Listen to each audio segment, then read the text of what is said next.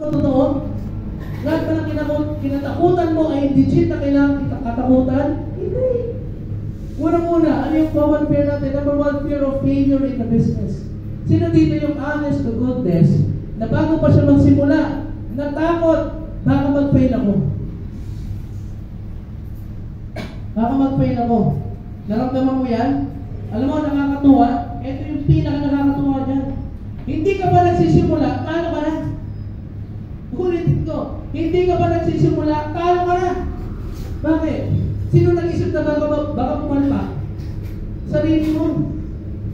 Wala ka bang kilos na ginagawa? Wala ka bang trabahong ibinibigay? Sa utak mo, tapos na lahat. Bakit?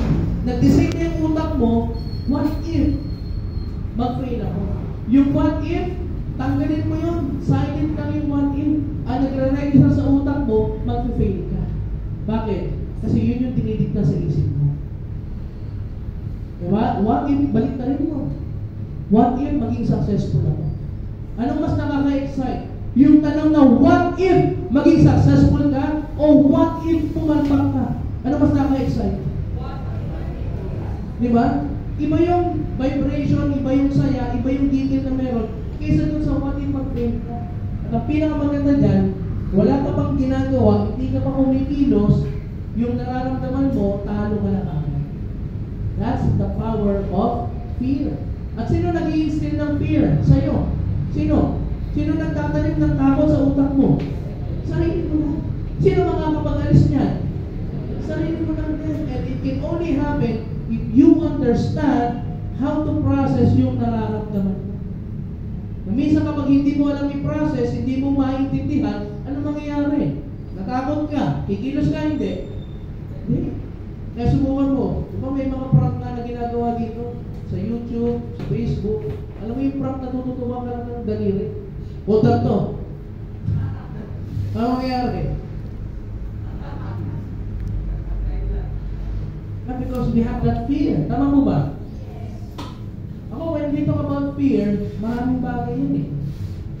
Pero ang fear na yan, it only signify na meron kang magandang pwedeng maabot, pinipigilan mo lang yung sarili mo. That's the fear that we have. Pangalawa, tingnan mo yung kwento ni Colonel Sanders. Kilala niyo si Colonel Sanders? Yes. Nakakain na sa KFC? Yes. Nakapagsabaw ng gravy sa KFC? Yes. Nakapagdala ng kaldero ng kanin? Ha? Uy! Sige nga, video nyo nga, kung matapang ka, magdala ka ng kaldero sa KFC. Diba may mga gano'n, no? Nagdala ng kaldero sa KFC. Nagtapag pa doon, no? Only rice ka. Si Colonel Sanders, yung may-ari ng KFC, ang kwento niya, at the age of 65, sinubukan niya mag-franchise ng kanyang fried chicken recipe sa iba-ibang restaurant sa US. He went door to door by driving his car and he got 1,009 no as an answer before getting his first yes from a restaurant owner who wanted to sell his fried chicken. Ngayon ang tanong, ilang beses siyang pumalpak? 1,009. Ilang beses ka na nag-try? Sa? Dalawa? Tapos, ito pa yung mindset ng mga bago eh.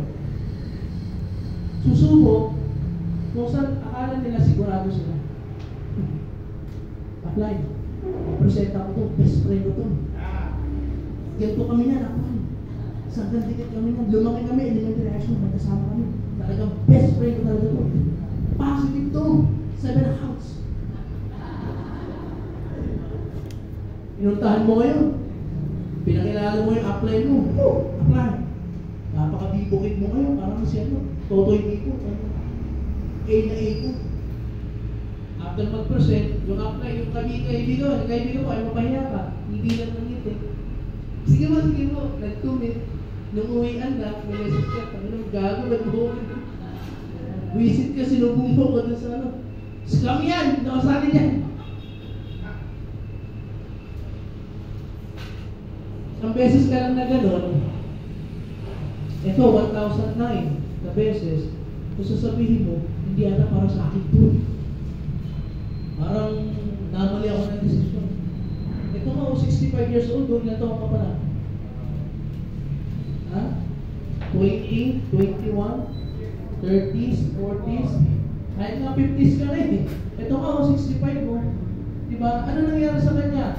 1,009 siyang beses na nag-fail, 1,009 na beses siyang na-reject. Kayo ba na-reject na? Yes! Sino titig na-reject na sa kamay? Kapag ako yung tanong ko, sino yung hindi pa na-reject ka sa kamay? Pag hindi ka pa na-reject dito, kukunin mo yung pangalan mo, ID number, pagdididin kita ng asin, pagdidiri kita ng kantina, pagdudubina kita, para ma-reject ka agad. Bakit? Well, nasa office ako,